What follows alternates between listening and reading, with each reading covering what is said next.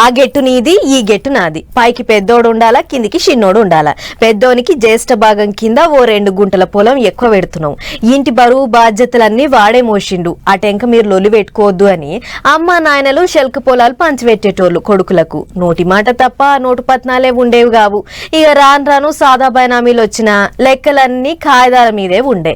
అవి వద్దని పాత సర్కార్ దాన్ని పట్టుకొచ్చింది. ఇటు షే పార్టీ సర్కార్ భూముల లెక్కలు తీద్దానికి గీ పోర్టల్ను ముంగటేసుకున్నది. ఇప్పుడు రైట్. ఇక ఇప్పటి సంది తెలంగాణలో భూముల పంచాయతీలన్నీ తీరినట్టే. భూములో కాడున్నాయి పట్టాలో కాడైనాయి అనేటి పంచాయతీలు లేకుండా చేసేందుకు తెలంగాణ గవర్నమెంట్ వాళ్ళు భూభారతి పోర్టల్లో దాన్ని పట్టుకొస్తులు అనేది ముచ్చట ఎలుకున్నదే కదా. అగో గా కార్యానికి ముగ్గుపోసి ఇయ్యాలా అంటే ఇయ్యాలనే సాల్వ్ చేసిర్రు అన్నట్టు. కాకుంటే రాష్ట్రమంతర గాదుల్లో పైలట్ ప్రాజెక్టు కింద ఓ 5 మండలాలలోనే సాల్వ్ చేసిర్రు. ఖమ్మం జిల్లా కూసుమంచి, భద్రాద్రి కొత్తగూడెం జిల్లా అశ్వరావుపేట, రంగారెడ్డి జిల్లా అమనగల్లు, సంగారెడ్డి జిల్లా వట్టుపల్లి, నారాయణపేట జిల్లా కొస్గి మండలాలలో సాల్వ్ చేసిర్రు. తొలత అటంక రాష్ట్రం అంతా ఆడుకుంటది ఈ కొత్త పథకం. ఏ సర్వే కింద ఎంత భూమి ఉంది, ఎంత రిజిస్టర్ అయింది, ఏంది అనేటి వివరాలన్నీ ఒక్కటే గొడుగు కిందికి తెచ్చేటి పోర్టల్ అన్నట్టు ఇది. మామూలుగానైతే ఇంతకు మునుపున్న ధరణి పోర్టల్లో చూస్తే భూమి యజమాని పేరు ఒకటే ఊపడేది ఉండే. ఇంట్లట్లా కాదు.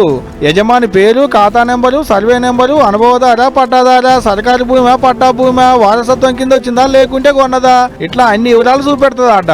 ఇంత మునుపు ఆన్లైన్లోకి ఎక్కినప్పుడు ఏమన్నా తప్పులు పడితే ఇప్పుడు దరఖాస్తు పెట్టుకుంటే ఎమ్మటనే సై చేసేటి పవర్లు ఇస్తారట పెద్ద ఆఫీసర్లకు.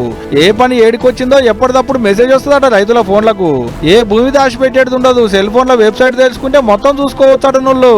ఈ కొత్త పోర్టల్ మీద బరువు బాధ్యతలన్నీ కలెక్టర్లకే ఇస్తున్నారట సర్కారోళ్ళు. మరి చూడాలే పైలట్ ప్రాజెక్టు కింద సాల్వ్ చేసిన ఈ భూభారతి పోర్టల్ తో ఎంత ఫాయిదా ఉంటుందో తెలంగాణ రైతులకు.